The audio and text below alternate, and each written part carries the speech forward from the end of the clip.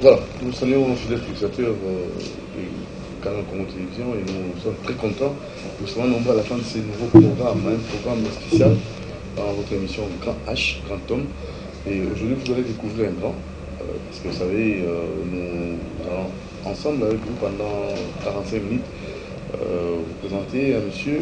Il est aussi un monsieur qui a réalisé des choses aussi importantes, mais aujourd'hui c'est exceptionnel parce que ça cadre avec notre gouvernement provincial. Donc nous allons recevoir le vice-président de l'Assemblée provinciale de Kinshasa. Donc vous allez les découvrir, les connaître à fond.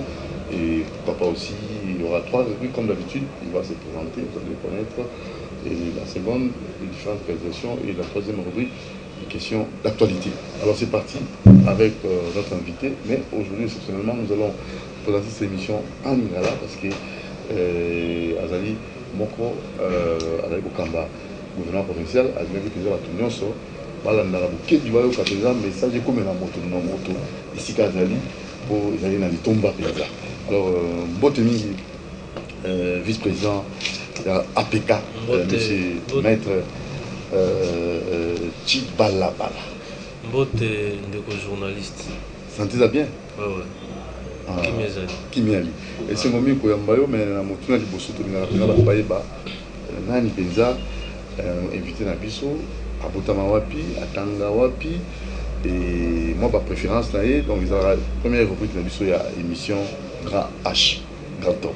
Ok. Mais nous avons Grand Homme. Oui, en effet. Vous avez dit Bango Vela, vous avez dit il faut dire, parce que ceux qui ont le pic et n'ont pas vraiment. Alors, au bout de la Tangi Wapi. Voilà, Ngai Nabotami na Kinshasa. Oui. Na hôpital à Kitambo, maternité à Kitambo. Ok. Na sali école primaire na commission complexe scolaire Nyota. Ok. Na ma campagne na yo continuer yango na Maïmata Lala. Na yo zwa na sali école secondaire na lycée Mwinda. Na Tchangu, après on a la salle humanité na complexe scolaire d'Iboa. Jadi Tumba, et Sika Pinazwa qui certificat, excusez-moi, diplôme d'état na section littéraire, option latin philo. Okay. Et après on a Kendagi campus, na Tangi na campus, na faculté à droit. Na Sidisa Ekuna na 2006. Na diplôme dans la licence licence, donc je suis licencié en droit. Et après que la licence dans la vendu, je crois Mboulami Balé. Après na eu la concours dans la barreau et à Kinshasa Gombe. Na Zoaki et puis na prêté serment dans la 2009 comme avocat na barreau à Gombe. Donc voilà parcours dans la. Si on a député provincial élu, il y a circonscription, il y a Massina. En même temps vice-président, il y a Assemblée provinciale de Kinshasa. Oui, marié. Naza veuf. Naza veuf, père de 3 enfants. Donc un garçon et 2 filles. Courage. Oui, merci. Ouais. Alors, tout le monde qui a ma préférence, qui nous a pénati. Parce que les Gambo, ils aussi pour t'arrêter, celui qui m'a salé en haut, et ça m'a pénati. Bon, na elo na lingara mingi te ya lukuta. Na lingara lukuta ko na lingara te za ya okosela mutu makambo. Parce que par principe na lingara okosela mutu makambo te. Mais si mutu akoseli mutu makambo, to akoseli nga makambo, mutu abongo na limbisa bato abongo na limbisa bango na pasi. Donc na lingara vraiment lukuta te. Eloko mosupe ya mabe on a lingara te za kosala mutu mabe. Kosala mutu mabe, ce sont des choses que je n'aime pas personnellement. Et si on a bien mutu mo bazaka salaka bato ba mabe mingi, na roma ko se méfier na ye. Vraiment ba faiblesse, on a lingara te yango wana mingi. À part on a pe ba maramusu zali ba anti-valeur, Babilo rebelle, mais aux appels principal, on a autre chose. Mais l'événement le plus marquant, ça là, marquant, c'est pays sans mingi. Bon, événement, c'est pays sans mingi. Vous avez mais le plus marquant. Les alliés élection, il y a président Félix. Je me rappelle, tant qu'on va publier, parce que va publier qu'il y a une élection à Bissau, il y a président, présidentiel, parce que le rôle après vote, nous avons déjà un procès verbal, nous avons dit que dans le numéro 1, nous avons parfois ébélé, je savais déjà. Pour nous publier comme député élu, ils ont vraiment surpris. Mais seulement je craignais parce que nous avons dit et là on a que tripatouiller résultat des journaux. Mais tant qu'on va publier les résultats, nous avons mais c'est vraiment ma capacité parce que ça le rôle à suspense c'est ça quitté. Mais tant qu'on va publier président Félix comme président de la République élu, j'avais débordé de joie. Donc na bête écoute na ba porte vanini donc alors que l'élection est juste car il y a quelques heures hein, voilà. Alors qu'il y a quelques minutes alors qu'il y a quelques heures je crois alors qu'il y a mon c'est pas là qui fait monter na bête été mais tant on va tanguy président c'était vraiment une joie débordante donc c'est moi ma casse moi non na oui mais ça leur passe finalement ça leur passe. Bon, là, ça n'a pas si ming les a décès à madame. Ouais. Les a décès à madame. Parce que dans le moment où à Kendaki, c'est vraiment pas le moment indiqué. Et puis, on s'y attendait le mois. Donc, c'est ce qui m'a vraiment beaucoup affecté. Et ça continue à m'affecter. Mais on a vu que Nzambeo Azali, Moto Reparaka, Azo Mekako. Pour ça, la culture est événement, mais c'est vraiment un très mauvais événement la vie. C'est vrai que j'ai aussi perdu ma mère, mais c'est ça qui vraiment c'est pas le même sentiment que j'avais ressenti. Courage vraiment. Alors, préférence alimentaire. C'est pas la wasabi, mon émission, on va parler de Moutou. Personnellement, nalia mingi ndunda. Oui. Ndunda na la mer, bakalinga. Donc on a la mer dans la mer bakalinga. Ndunda na badi, donc na fufu hein. Oui. On a bena bilo na ngasuki na ezali na liara na appétit. Donc na liara sérieusement. Mais loisir nous na mingi. Bon, loisir na football. Foot. Voilà. Donc équipe on na mingi. Na bena Barcelone nanu après Dragon Bilima. Eh donc il est là Bilima aux la Bilima. Ce qu'on a entendu dans le club non c'est là-bas. On s'allait au soutien à Bango mais ça alors. Tazana nous avons supporter ya Bilima. Et puis peut-être Nicolo Roya tu as la responsabilité dans le club parce que ça club nanga ya bomwana. Oui. Papa zaki muta Dragon. Oui. Ndenga pe na développer ki bolingo Dragon.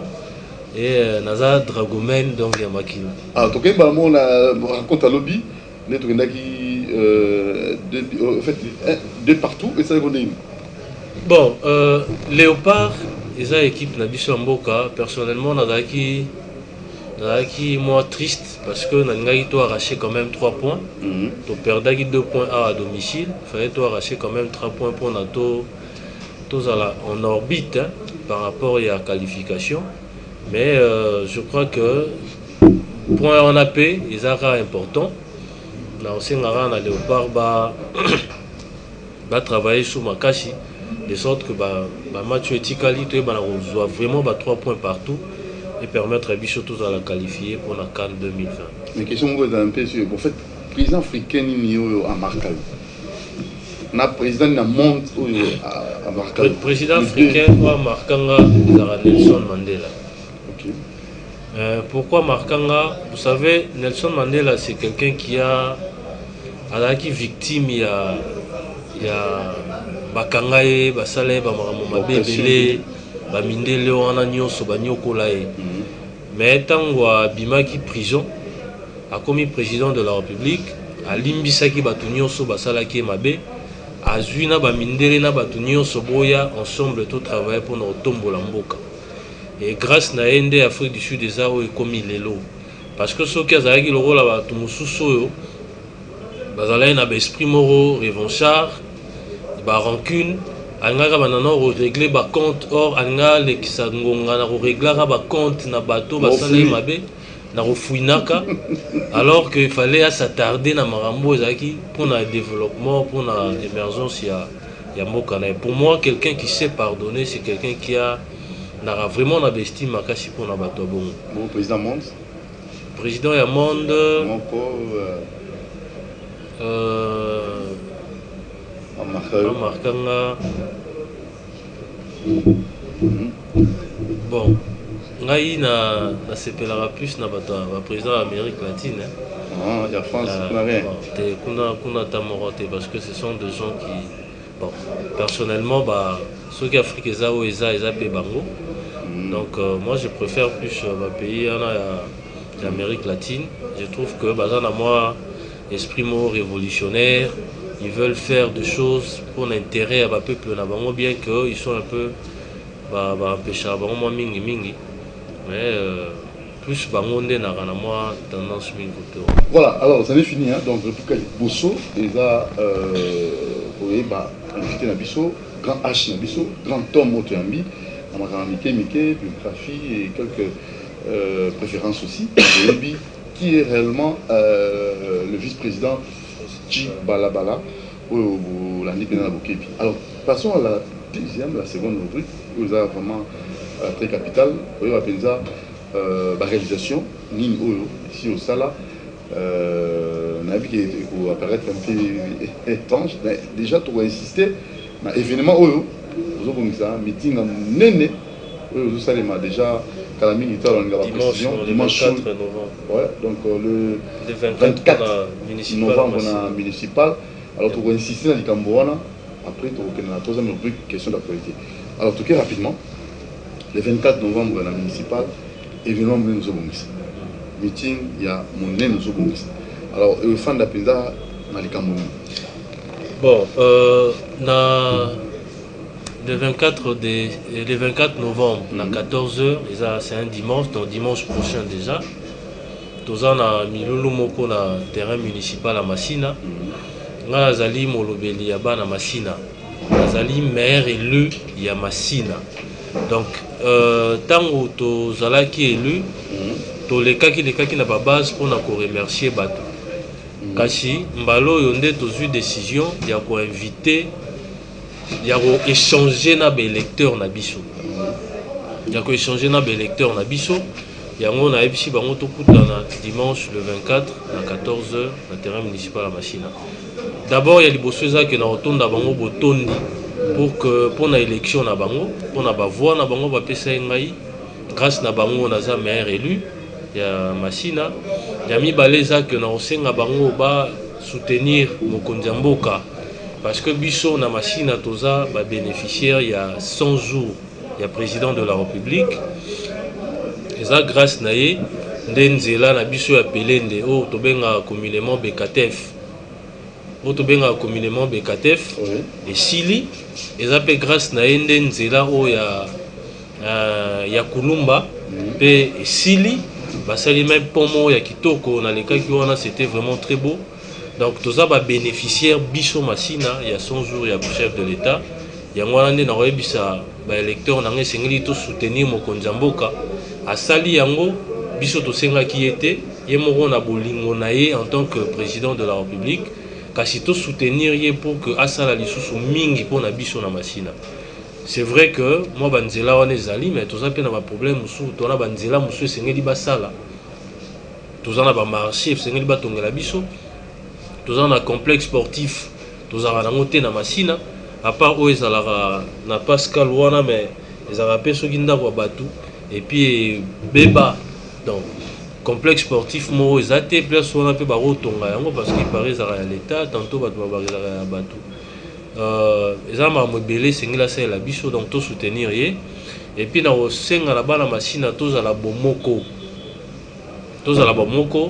Masina to bimisi bakonzi misato ba voter biso ba député misato biso nyonso tozwi promotion nga naza vice président ya assemblée provinciale ndeko Flavien aza ministre ndeko Zongo Ipe abimi ministre donc c'est grâce na bango donc sengé tozala bomoko to bendana te biso déjà ba élu tozala toujours ensemble tozala bomoko pona ba intérêt ya Masina ba électeur na biso pe baza bomoko et puis ko senga kimia ezala na commune na Masina ba phénomène kuluna wana to ka ngona ba commune mususu pa na biso to ni ko yoka yango te dernièrement na silisaki yango ba côté o na zbanda ka mingi ba Petro Congo ba son fi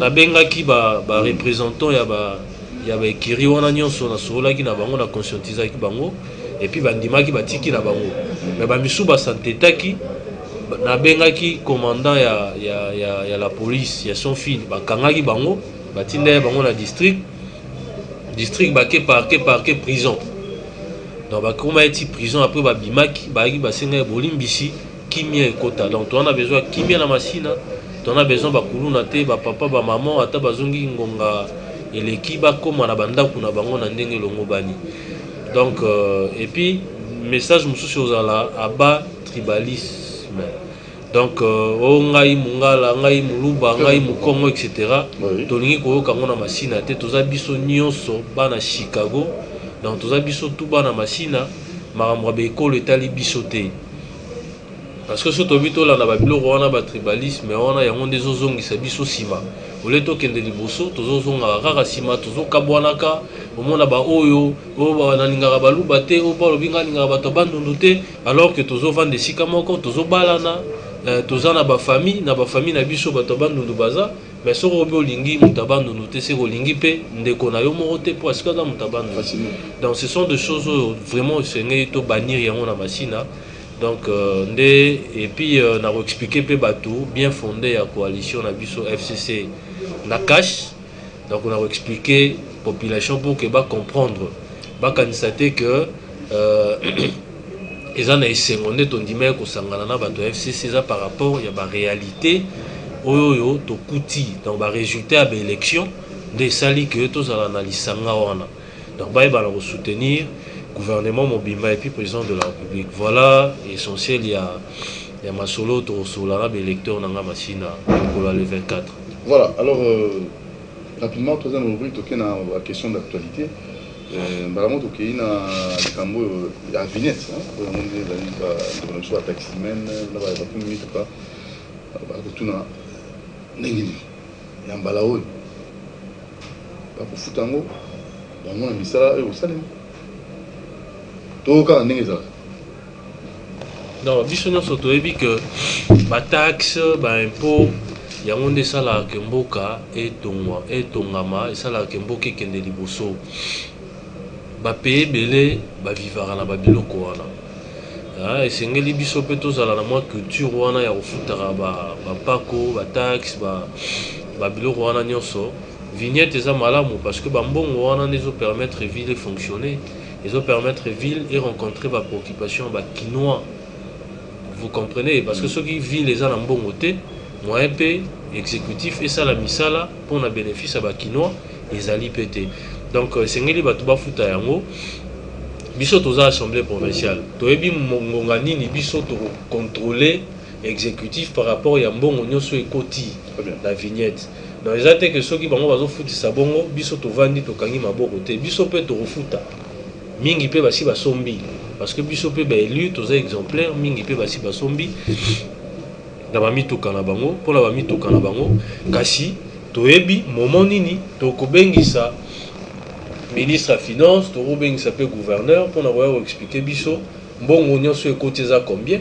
epuis ekoti mosala nango esali mosala nini donc eza mbongo te ekota na balibenga ya bato ekoservir nde na bakinois ekoservir na ville ya Kinshasa likambo toloba awa ya bien fondé ya coalition FCC cash toke na mwa bapiki ozobokama entre autres tozwika ndakisa moko ya ndeko dunia pourquoi dunia kilanga uti koloba wana et tozwi mpe oyo ya kabum nayebi te bien fondé mais na ngambo tout le monde a bien fondé sur le plan, peut-être à niveau de l'autorité morale, tout le monde est pour Kabila, tout le Félix Tshisekedi le président, par contre, ils ont demandé entre les qui va y nasser ou non.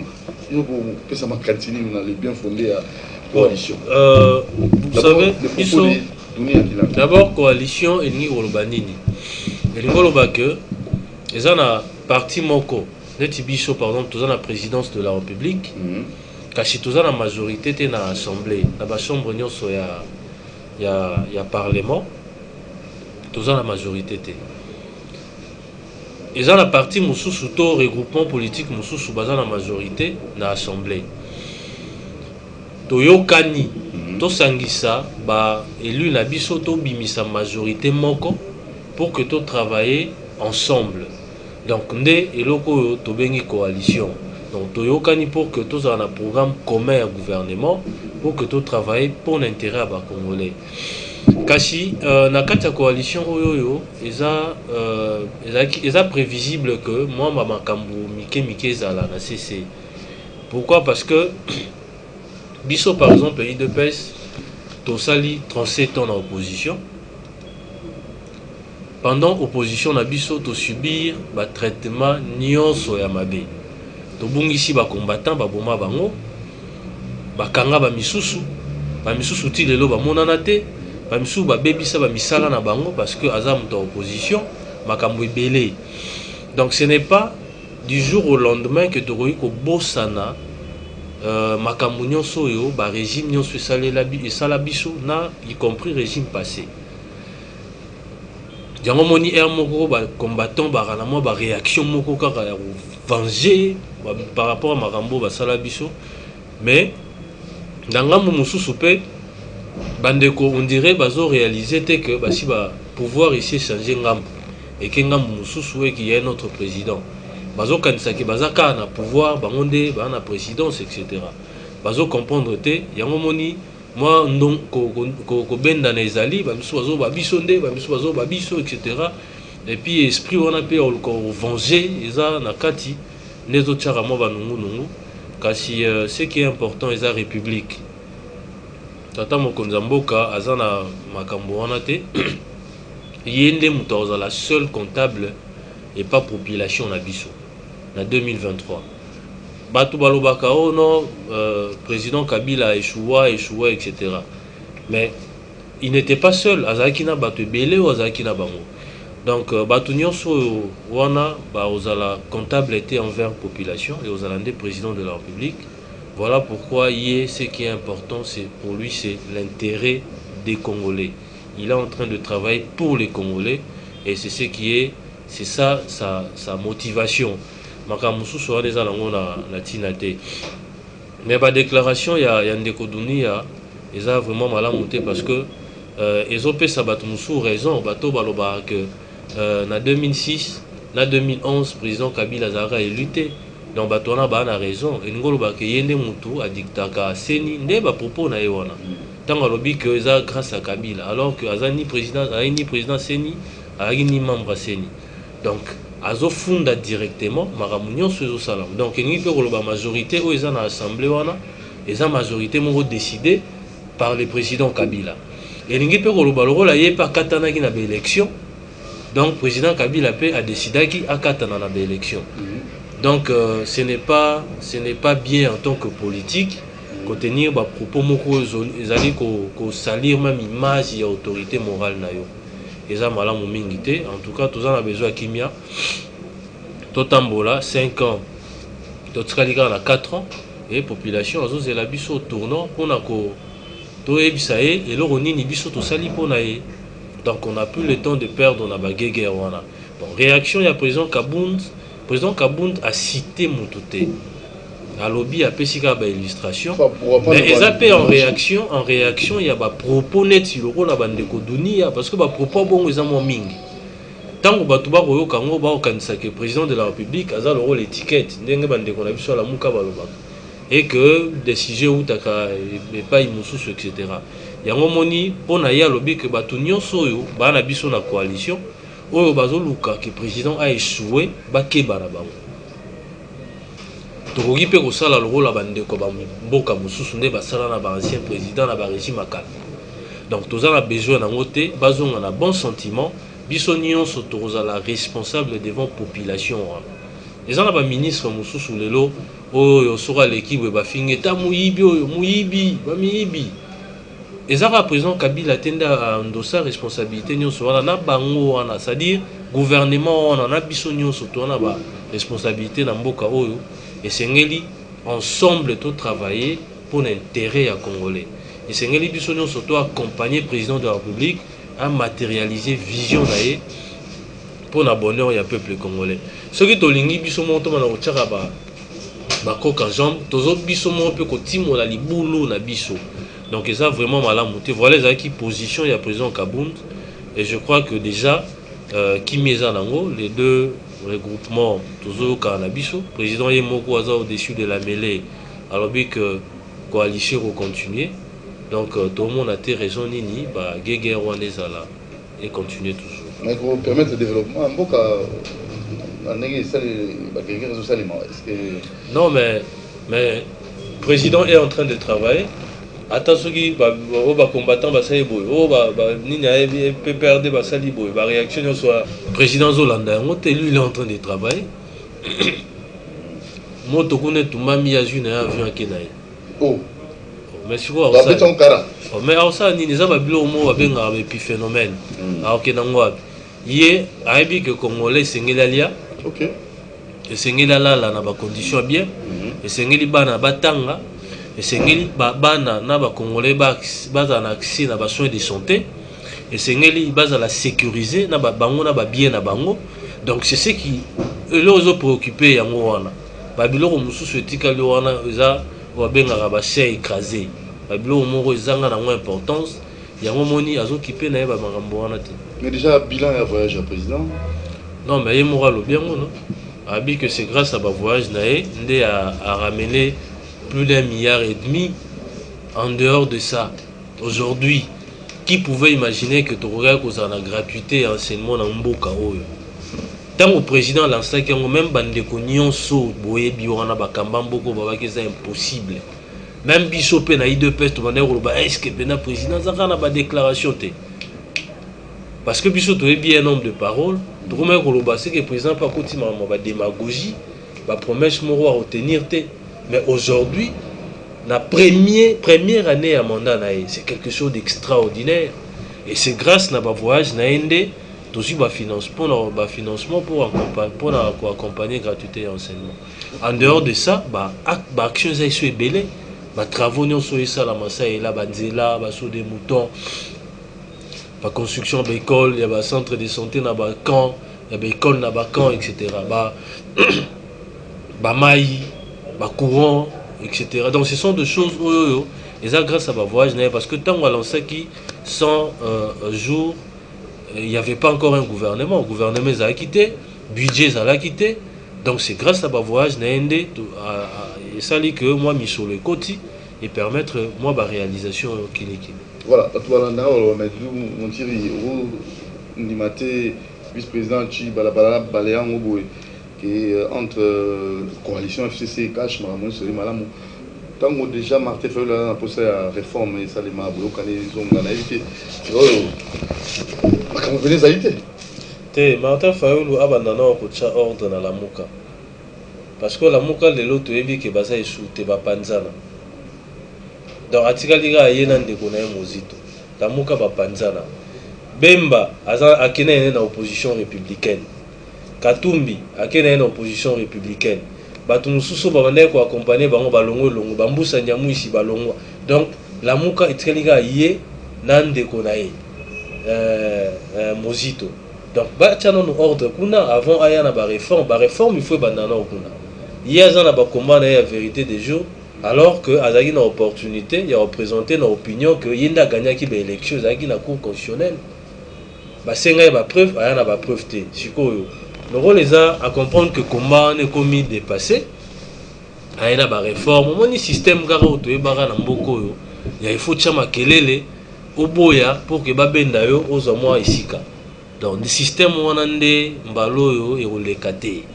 Donc on a signé na bandeko wana basé la 2023 ils en ont peu musikate mbula liboso déjà leki et tout ce qui est na 430 ba ole ba lekisaka bango na mabina na ba vérité des jours na ba maramususu ba luka ba s'organiser bazala déjà na moi programme moko boye to projet de société moko oyo eko rencontrer où il y a président Fati, c'est-à-dire il y a coalition si jamais recontinuer.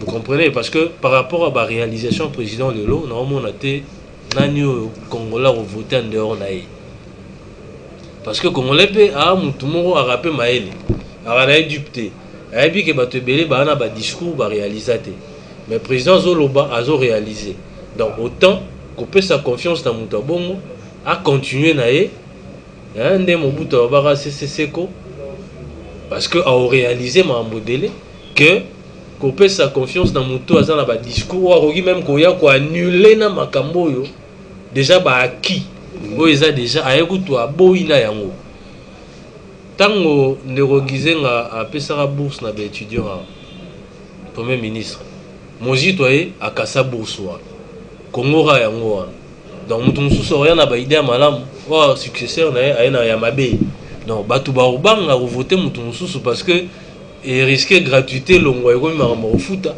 et ndenga lobi na ba soins de santé pe kalaté déjà l'année prochaine et vous allez appeler déjà une réalité alobi pe que a ozala na sengo tina université ba boursier bazala c'est déjà une très bonne chose et tout ce qu'il a comme projet et ce qu'il est en train de réaliser je vois pas un candidat qu'on battre en 2023 donc c'est là qu'ils doivent travailler et non na royao ba dialogue wana tina na ngozate bakanga mutema mais si on a 2023 le professeur Nyabibungu abi Kabila va candidat vous en tant que juriste aussi hein quel est votre avis?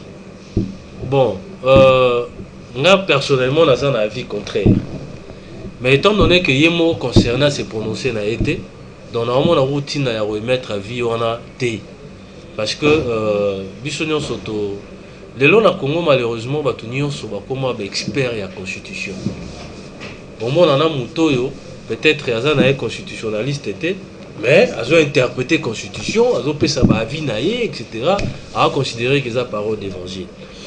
Je salue certains professeurs na biso oyo ba la panda yeke ba okotara politique té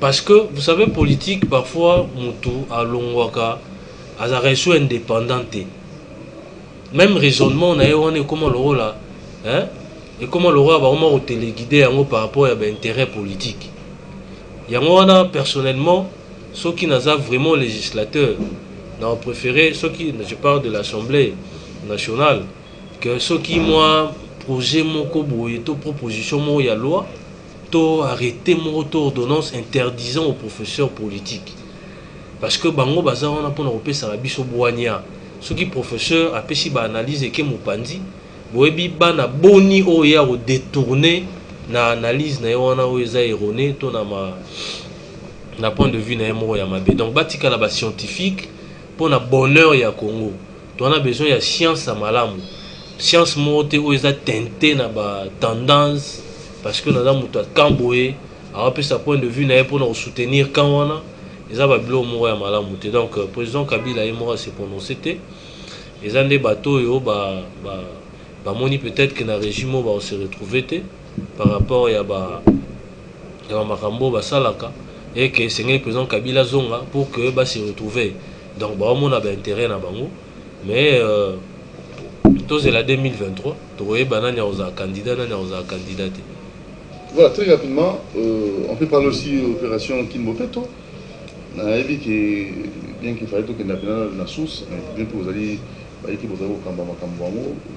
Je n'ai pas qui président de la République, il m'a pas fait une impulsion. Maintenant, vous avez aussi Malelo, n'a évité, n'a pas commis nous sous salon en tout le monde a dit, mon collègue Bosso, vous avez venu à Souka, donc opération lancement top.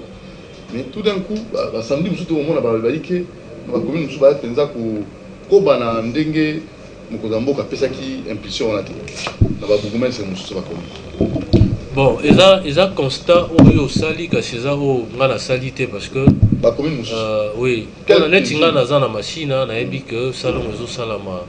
Mais aussi, il faut te retenir que ça fait 3 semaines, samedi, bambou les obètes. Ça aussi. Parce que ça salon on a samboulaté. Dans bambou les obètes, au moins les obètes à petit 13h, ti 14h même. Donc déjà, ceux qui m'ont les bêtes, ti on a journée chez Koufi. Dans un bateau peut-être qui va nous pour le salon, donc c'est pour dire que il faut toujours que samedi, bon, on dit on va préférer samedi parce que samedi samedi c'est week-end et que batutu bana bandako mingi basala te ba samedi et puis bazana ba temps pour na osala musala wana bato bakenda ba misala mikonyo so usenga bango ba kumbola liboso et pas na bango par exemple. C'est un peu compliqué parce que mais samedi, et ça week-end, au Batunio sur Bazali, bazan attend la vraiment salon. Donc, et ça opération ont continué et na sengi pe na bakinois ba s'approprier le roi parce que ceux qui te comboli liboso na bisoté ngonga roya microbe roya ngonga sa malaria to kufa. Et sengi to assainir environnement na biso sika to vandi. Parce qu'un environnement sain, ils ont gage et bonne santé. Ce qui est environnement peut pollué, ils ont malsain, ils ont même la vie sur la maladie, ils ont moni batuba au kufa bilenge, batuba au kufa na ba ajo pene sengelité au kufa parce que tellement bangungi basui na désordre na ba microbe et côté na nzoto, donc ba kisi mususu ils aussi mbaïsouté na ba traitement. Donc voilà pourquoi ils sengeli tous à la tous ont vraiment à cœur biso bakinois to bongisa Kinshasa na biso to aura fier parce que biso toza bakinois de naissance et de vécu et la bayo bakinois et sengeli to yeba que toza na Kinshasa comme province comme ville na biso donc to assainir ango yo za pour na bonheur na biso. Alors un petit conseil na ba wewa parce que conduite en débat autant ça va moto wana na éviter ba ko banga te ba ko yo ka pe moto na éviter. Parce qu'à tout moment, l'accident va moto. Bon, on a un conducteur en général. On a un chauffeur, parce que parmi tout il y a l'esprit des morts. Des dégâts où ça dans la ville à Kinshasa. Mort boni, causa. Catch c'est-à-dire, et c'est un conducteur que na tel tronçon na rotambo na vitesse makasité et c'est ngeli pas respecter ba code de la route en tout cas côté on a respect on les a raté autant ba wewa ba sara ba dépassement des ordres ba que causer ba accident autant ba catch na ba esprit des morts pe ça la ba biloko. Donc il faut vraiment ba moi recyclage mo ya ba chauffeur en général ko la kisabango ba code de la route parce que mingi ba ngote ba la kisika na terrain monde ba kumbara akomi na yepe ko poussa ata bato belé ya ba wewa ba la kisika na ngana mona ba msusu na ba Marcel Liberté on a ba la kisika pas et si la continue na mzela monde na mo poussa la yebi code de la route ndezo causer ba accident mingi. Donc il faut vraiment côté on a responsable ya PC à veiller sur yango même ministre des transports de sorte que moi recyclage mo ça la maka et que ba chauffeur au bazar recycler ba pesa ba on ne fiche que ba brevet moko iso la ça recycler pour que ba autoriser ba aller au-delà il y a permis de conduire parce que permis to ebi ndenge zo pesa ba au pesika photo passeport na identité na mbongo ba aller au permis ba éviter ce que ça au katala makolo ba éviter ce qui loboko eza ndenge nini ba peshi au kaka par simple rare photo passeport au ba moni. Donc il faut vraiment que to on a action ils à la makasi même na nzela na biso ya ba Congo eza national numéro 1 nzela ya Congo central ba accident et qui mais je crois à la base ils ont excès de vitesse ils ont maîtriser parfois nzela te mais na kiteti kara kiya ya autre que na bango banzela on etc. Donc ce sont des choses où il faut vraiment ils à la base il y a politique moro général de sorte que va corriger ma ramener sur ça la banzela. Voilà, alors héritier Watanabe liberté provisoire héritier Okoyo okende wapi kuna na ba Congo batala ko tuté ba kipate n'ai pas hérité pendant mon corps. Donc, ils ont bien. Donc, tout le monde peut le faire, hein, sans problème. Bon, on a évité sur Ozolo Badi. Personnellement, on a regardé Tanguy Bakombo.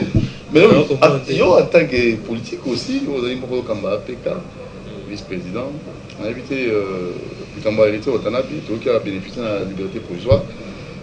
Votre réaction par rapport à ça, pour être plus bref? A bénéficié de la liberté provisoire. À Kangamaki. Qui a bénéficié de la liberté provisoire? Bon, ceux qui a Kangamaki, pour des faits, par exemple, fractionnels, on peut c'est grave en général. Bon, d'abord, l'acte, on a jugé, on salue sa mototé, mais... Ceux qui a Kangamaki, pour des faits où ils ont, entre guillemets, fractionnels, ils ont le droit de bénéficier de la liberté provisoire.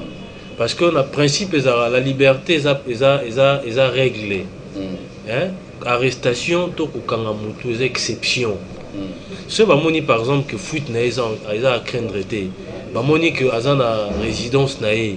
Bamoni que ba fait vraiment ceux qui makasi mingité. Pourquoi pas repérer cette liberté provisoire? Liberté provisoire il ngolo baté que makambo sili non. C'est-à-dire le rôle la liberté ils a réglé sengeli azala liberté parce qu'ils ont rempli ba conditions et qu'à ça là qui peut demander wana. Mais il ngolo baté que parquet a clôturé dossier. Instruction ils ont continué. Ce bamoni que sengeli batinda mon tribunal, batinda na tribunal kunande sika et pas y baroka tela mbano ce qui va faire bazo reprocher ça réellement infractionnel. On ne pas de commentaires là-dessus par rapport à l'acte. Parce que dans les successions il y avait événement. Bon, en tout cas, personnellement on a habité acte nini, on a bien en règle générale. Hein. Moi j'ai dit ce qui va faire ça infractionnel et que bakangaki azan a droit à la liberté provisoire. Ce qui va accorder yango c'est vraiment prévu par la loi et que en tant que citoyen azan a mutaroki maté etc. Donc par rapport à Bafé Moussoussou, je ne sais pas. Vous cette allusion à quoi? Moi pas si bon. On comprend en tant que juridique donc juriste d'information. Mais tout le monde a un Doli Makambo. Makambo a on a évité assassinat ça moi pas si on a évité tout au Tikango d'été n'a pas fermé la vice-président. Quand on a évité Katagango, Katami. Est-ce que si va rendre déjà bon, non, mais non, décision. Mais éviter une évolution à Makambo. On a beaucoup bon, dans lundi, peut évolution mingité parce que ça y a ma justice. Hein. Parce que bisotan on toujours qui information on a tout qui sur place, de constater qui réellement que administrateur il y a Vijana Poufaki et que si biso penenge les kaki tout le monde peut ba image. Ndé moko ba député assemblée à Pengisaki ministre Doli pour éclairer représentation provinciale ni les cas qui réellement dans ça qu'on a au travers question orale avec débat kasi tango mokolo to fixé qui pour audience azwa qui paie notification là et tant to mokolo to fixé qui pour audience et ça dit que azala qui n'a bisoté na kati ya hémicycle directeur de cabinet na comme là biso pour na lobake azana maboko à justice. Et le rôle Azaki déjà à Kangama qui déjà est à disposition de justice, on ne pouvait rien faire. Nesiko bande comme sous babi bon. Le rôle là, les un ministère moins important, ils ont équipé sécurité à Bakino. Et Sengeli to zoa résolution moko pour que ba suspendre et ba désigner intérimaire. Bande comme sous babi te ba suspendre et le roi dans la niveau justice totalement nous ba conclusion à justice. Les cas qui na vote bateau baloba qui va suspendre été ba gagner qui tourne la démocratie ba on va qui 20 voix ba on va peut pas suspendre ba qui 18 voix si quoi que dossier à niveau justice en tout cas moi personnellement c'est vrai que naza avocat mais naza moko ya ba avocat na été na tikali pe ko koma wana te pour na royer ba évolution il y a dossier toujours c'est là bisonyo sur décision il y a haute cour militaire ce que aux ala nini ba juge baza bato bazara na couleur T ce qui va monique ba fait au bazo poursuivre et ça yaza coupable T yaza responsable T ba roi quitter Mais ceux qui bangonde bao sambisa bamoni que il est pour quelque chose dans Marambo et Salamaki, certainement, bon, au pesa mbano. Donc, tous les états de droit pe yangoana, il molo que mutunyoso, et sengaza na se amibeko, et sengali bisono surtout respecter mibeko, ba juge pe, et sengali basa misana bango ndenge longo bani, baloba justice juste, base à l'influencer parce que ça n'a de comment le ministre de l'IT a l'essengika ba condamné était juge à Kabongote. Base à la paix influencé na sens yaro côté la ce que Monique va faire établi va habiter tout condamné était.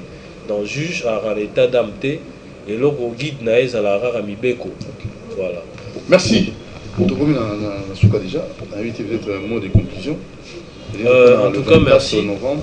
Merci pour la visite Nabino, pour l'émission. Et ça, émission dans l'Andara Mingi, na apprécié à Ngope. Merci beaucoup. Ça, la Moussa Malamu. Na sengipe na électeur na nga nyonso ya masina. Bino nde bo bimisa ngai mwana liboso. Donc les prix nde to lobana na kikinoiserie. Naza maire élu ya masina boya ebele to solo la na bino mukolo wana le 24 novembre. Na 14h na terrain municipal à Massina. Donc boya ebele to solo la masolo etali commune na biso pe masolo etali Kinshasa. Na makambo etali mboka parce que toza biso nyonso ba congolais senge toyeba maema koleka na mboka na ville pe na commune na biso à Massina. En tout cas, soyez tous les bienvenus. Tokutana 14h meeting et bandi. OK. Merci beaucoup. Vice-président Chibalabala, l'honorable, n'a pas dit prochainement aux Asunayo sur Makamboya pour tout Naïkosala. Nous avons fait la porte au Bobo et les outils. On est toujours disponible. Très bien. Alors, merci à Baïki pour la division de Moké Pinza. Si vous avez des suggestions, vous pouvez bien dans le numéro d'affiché plus 243 89 61 52 634. Merci à Moron Djambé pour la réalisation, plus des vues. Et Doudou Montiri, pourquoi pas aussi Alain Kabon la coordination. Merci, à la prochaine occasion. Donc, rediffusion le samedi à 9h. Ciao.